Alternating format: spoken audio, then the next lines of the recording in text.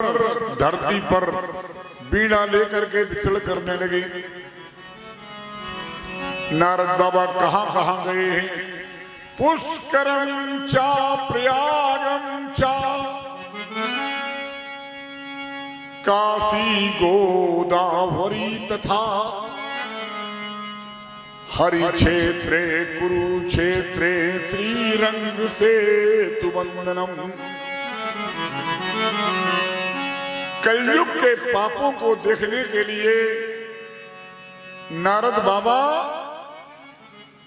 हरिद्वार में गए, कुरुक्षेत्र में गए, पुष्कर में गए, प्रयागराज में गए, काशी पहुंचे और घूमते घूमते गोदावरी के पास पहुंच गए। गोदावरी के किनारे नासिक क्षेत्र में पहुंचे और घूमते घूमते सेतुबंध रामेश्वर पहुंच गए। लेकिन जब नारद बाबा भ्रमण करते हुए अपने उत्तर प्रदेश के श्रीधाम वृंदावन में पहुंचे तो वृंदावन में पहुंच करके नारद बाबा ने क्या देखा? एक स्त्री है,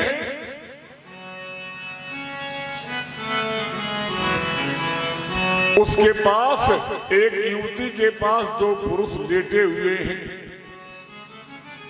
और उन दोनों पुरुषों की अवस्था बिल्कुल जर्जर हो गई है, शरीर टूट गया है, दोनों बुढ़ापे को प्राप्त हो चुके हैं, दोनों के बाल सफेद हो गए हैं,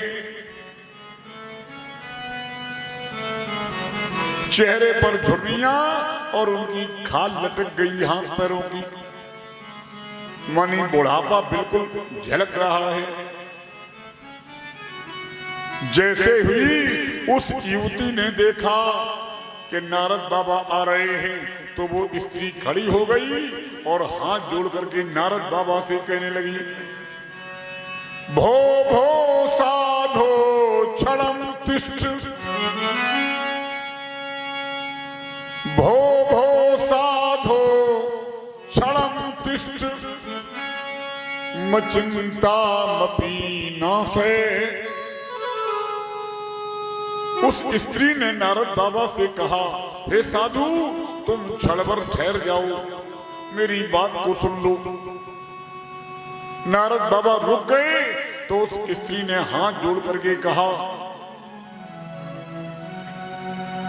बाबा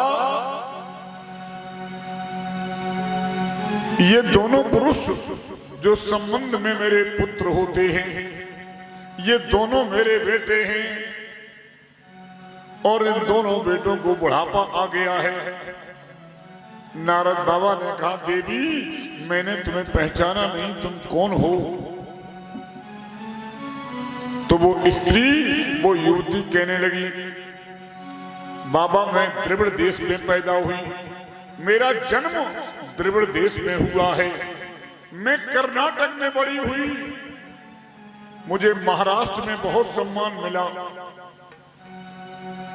लेकिन जब मैं गुजरात से होकर के निकल रही थी तो कलयुग के अधर्मियों ने, कलयुग के पापियों ने मुझे अंग भंग कर दिया।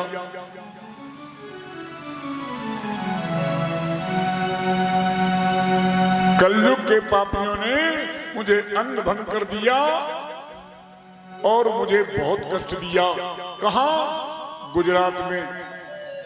लेकिन जब से मैं उत्तर प्रदेश के श्रीधाम वृंदावन में आई हूं तब से मैं तो जवान हो गई, लेकिन ये मेरे दोनों बेटे, एक का नाम ज्ञान और दूसरे का नाम वैराग्य, ये दोनों बुढ़ापे को प्राप्त हो गए। प्रभु मेरा नाम भक्ति है और ये दोनों मेरे बेटे हैं। नारद बाबा बड़े आश्चर्य से देखने लगे तो वो युवती कहने लगी, धन्यम वृंदावनम, धन्यम वृंदावनम, तेन भक्ति नृत्यति यत्र चा, वास्तव में ये वृंदावन धन्य है, और उससे ज्यादा तो धन्य ये उत्तर प्रदेश है कि जिस उत्तर प्रदेश के अंतर्गत ये वृंदावन धाम है। ध्यान देना मेरे विद्वान श्रोताओं, एक और बात मेरे मन में आई है आज कि जिस समय व्यास भगवान ने श्रीमद् भागवत महापुराण की रचना की होगी, उस समय भी हमारे ये प्रदेश थे। अगर ये प्रदेश उस समय न होते तो इनका नाम, इनका उल्लेख व्यास भगवान ने अपनी कलम से न किया होता। भक्ति ने कहा धन्यम वृंदावनम तेन भक्ति नृत्यति यत्र चा। ये वृंदावन धन्य है, ये धाम धन्य है, जो वृंदा के नाम से बन है वो वृंदावन धन्य है। इतना कहकर के भक्ति रोने लगी। बाबा ने पूछा देवी क्यों रो रही हो? बोले बाबा बड़ी लज्जा की बात है, जिसके दोनों बेटे बुढ़ापे को प्राप्त हो गए हो, उसकी मां जवान हो, उस मां के लिए बहुत लज्जा की बात है। ऋषिराज बात है लज्जा की, मरने की खास निशानी है, और बेटों का इधर बुढ़ापा है, माता की इधर जवानी